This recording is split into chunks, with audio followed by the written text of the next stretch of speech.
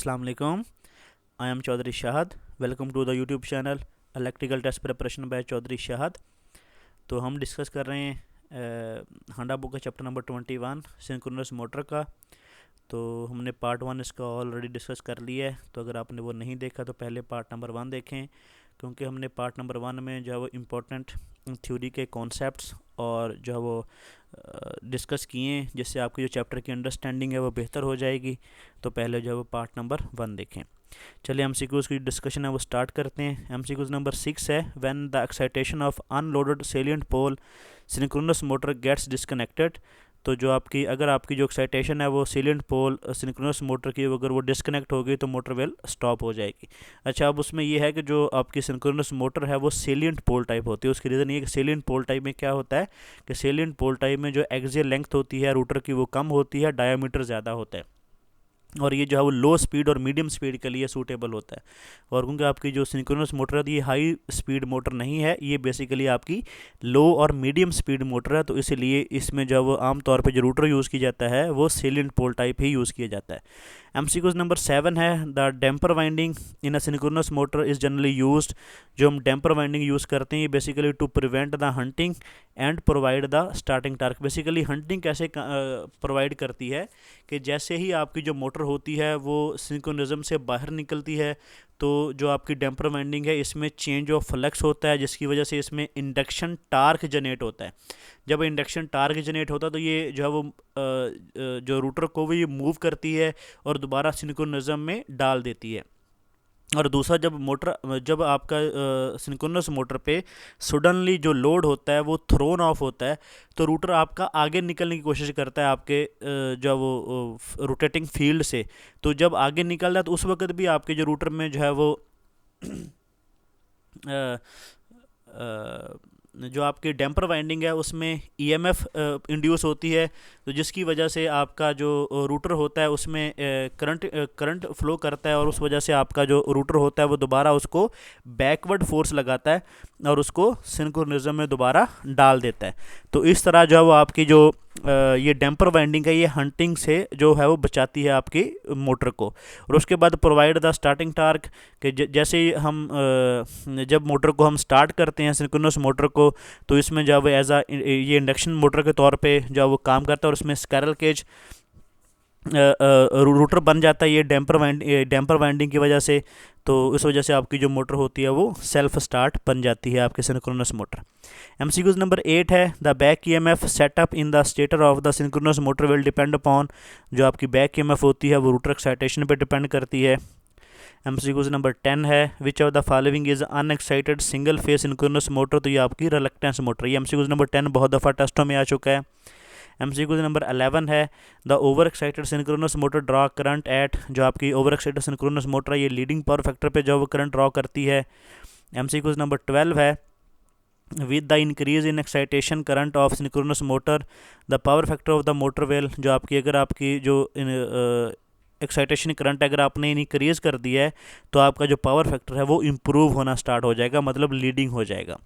MCQs number 13 है, the armature current of synchronous motor has large value for. जो आपकी armature current होता है सिंक्रोनस मोटर का वो जो लार्ज वैल्यू होती है लो एक्साइटेशन पे और हाई एक्साइटेशन पे। एमसीक्यूज नंबर 14 है, synchronous motor is switched on to supply with its field winding shorted on them self. अगर आपने फील्ड वाइंडिंग शॉर्ट सर्किट की है सेम एज जब इंडक्शन मोटर की तरह, तो जो आपकी सिंक्रोनस मोटर ये स्टार्ट होगी एज अ इंडक्शन मोटर और उसके बाद जब आप उसको सप्लाई देंगे तो वो run as a synchronous motor के तौर पे रन करना स्टार्ट कर देगी। एमसीक्यूज नंबर 15 है, if the field of synchronous motor is under excited. तो पावर फैक्टर क्या करेगा, जब आपका अंडर एक्साइट होगा तो पावर फैक्टर लैग करेगा। 16 नंबर एमसीक्यूज है, when the excitation of unloaded salient pole synchronous motor suddenly get disconnected. तो मोटर जो है वो आपकी स्टॉप हो जाएगी। एमसीक्यूज नंबर 7 है कि the armature current of synchronous motor has large value for. उसमें हाई एक्साइटेशन और लो एक्साइटेशन पे उसकी जो वैल्यू होती है वो लार्ज होती है।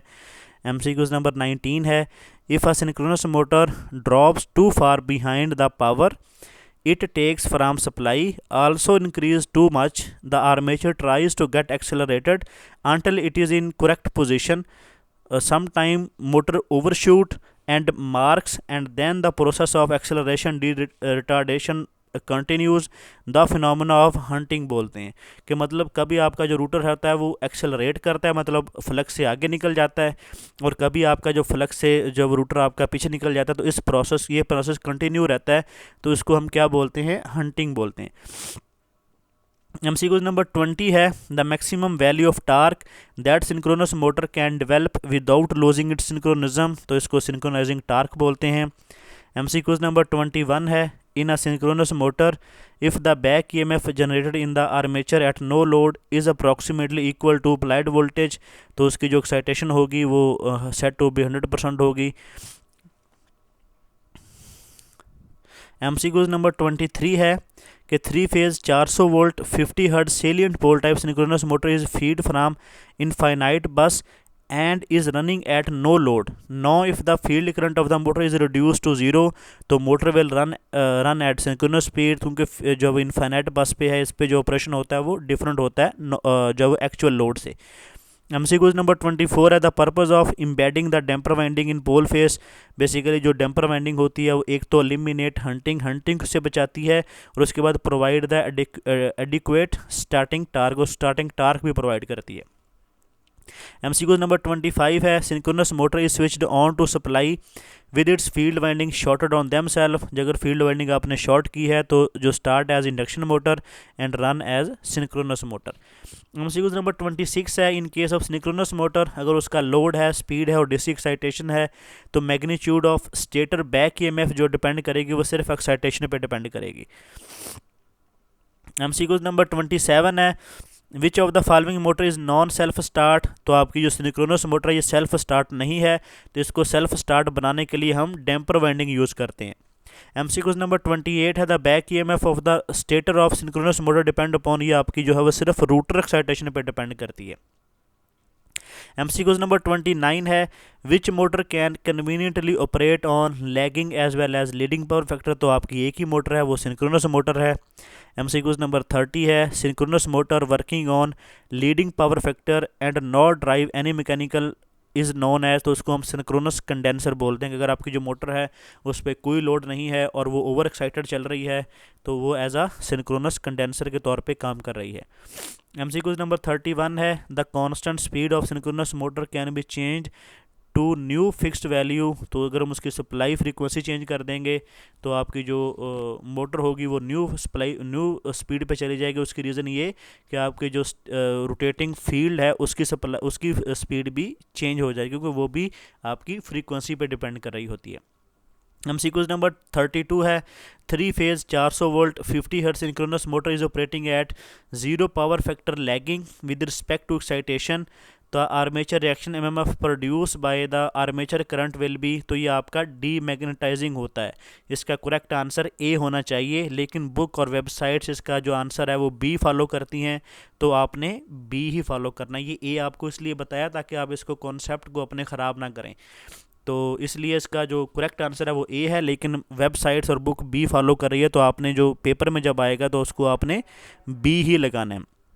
MCQ नंबर 33 है इन synchronous motor the torque angle is, जो सिंक्रोनस मोटर में जो टार्क एंगल होता है the torque angle between the rotating stator flux और रूटर पोल्स के दरमियान बेसिकली होता है। उसके बाद है MCQ नंबर आपका 35 है इन 3 phase 400 volt 50 hertz synchronous motor has fixed excitation the load on the motor is double, तो टार्क जो एंगल होगा वो भी डबल हो जाएगा, क्योंकि लोड डबल हो गया तो आपका जो टार्क एंगल है बेसिकली वो भी डबल हो जाएगा। बेसिकली एंगल क्या है कि रूटर का और जो स्टेटर के फील्ड का जो एंगल है वो भी ज़्यादा हो जाएगा, मतलब आपका जो रूटर है वो भी जो है वो डबल एंगल से जो है वो लैग करेगा स्टेटर के फ्लक्स के साथ। MCQ नंबर 36 है hunting in synchronous motor take place, जब आपका लोड जो होगा वेरिएबल होगा वहाँ उस वक्त हंटिंग होगी, मतलब आपका लोड वेरिएबल कैसे होगा, कभी ज़्यादा हो रहा है तो कभी कम हो रहा है, तो उस वक्त आपका जो रूटर होगा वो कभी सिंक्रोनस स्पीड से ज़्यादा मूव करेगा कभी कम करेगा, तो उस वजह से उसको हम हंटिंग बोलते हैं। MCQ नंबर 37 है कि V curve for synchronous motor represent relation between, जो आपकी वी कर्व है ये आर्मेचर करंट और फील्ड करंट के दरमियान जो है रिलेशन को ज़ाहिर करती है। MCQ नंबर 38 है the breakdown torque of synchronous motor varies, ये आपका जो है वो अप्लाइड वोल्टेज पे डिपेंड करता है। MCQ नंबर 39 है hunting in synchronous motor can not be due to, जो आपकी हंटिंग है वो विंडेज फ्रिक्शन की वजह से नहीं होती। अगर आप वेरिएबल फ्रीक्वेंसी का अप्लाई करेंगे तो भी आपकी हंटिंग होगी मोटर में, अगर वेरिएबल लोड अप्लाई करेंगे तो भी हंटिंग होगी, और अगर वेरिएबल सप्लाई वोल्टेज देंगे तो भी हंटिंग होगी। MCQs नंबर 40 है, when the excitation of unloaded salient pole synchronous motor suddenly gets disconnected, अगर उसकी जो एक्साइटेशन है वो डिस्कनेक्ट हो गई है तो जो मोटर होती है वो आपकी स्टॉप हो जाती है। उसकी रीज़न ये कि आपकी जो रूटर का फील्ड सर्किट होता है वो ओपन होता है, तो उस वजह से आपकी जो मोटर होती है वो स्टॉप हो जाती है। विच 41 नंबर MCQs है कि which synchronous motor will be smallest in size, तो 5 HP 375 RPM की मोटर स्मॉलेस्ट होगी। 42 नंबर MCQs है, synchronous machine has its field winding on stator and armature winding on the rotor under steady running condition, जो आपका air gap field होगा वो remain stationary with respect to stator होगा।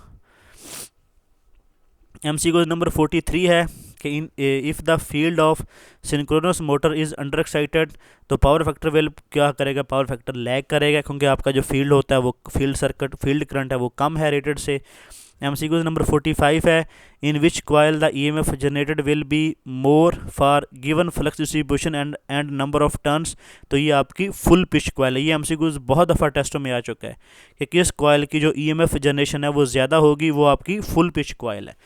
MCQs number 46 है कि synchronous motor which loss does not very with the load, तो आपका जो विंडेज लॉस है वो लोड के साथ वेरी नहीं करता। ये भी MCQs बहुत दफ़ा टेस्टों में आ चुका है, क्योंकि आपकी जो सिंक्रोनस मोटर है उसकी स्पीड वेरी नहीं करती, तो इस वजह से विंडेज लॉस भी लोड के साथ वेरी नहीं करता। MCQs नंबर 47 है कि in 3 phase 400 volt 50 hertz salient pole synchronous motor the maximum power is obtained when the load angle, जब आपका लेस दैन 90 डिग्री होगा तो आपकी जो पावर होगी वो मैक्सिमम होगी।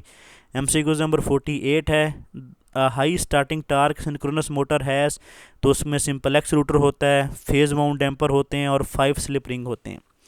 MCQs नंबर 49 है, इन 3 phase synchronous motor the magnitude of the field flux जो होती है वो remain constant at all load, क्योंकि आपका जो सिंक्रोनस मोटर का जो फ्लक्स होता है वो हमेशा कांस्टेंट ही रहता है, भले लोड चेंज हो, कम हो या ज़्यादा हो। तो ये था हमारा सिंक्रोनस मोटर के चैप्टर का पार्ट नंबर 2। तो अगर वीडियो अच्छी लगी हो तो वीडियो को लाइक कर दें, शेयर कर दें, चैनल को सब्सक्राइब कर लें ताकि आने वाली वीडियो का नोटिफिकेशन आपको मिल सके।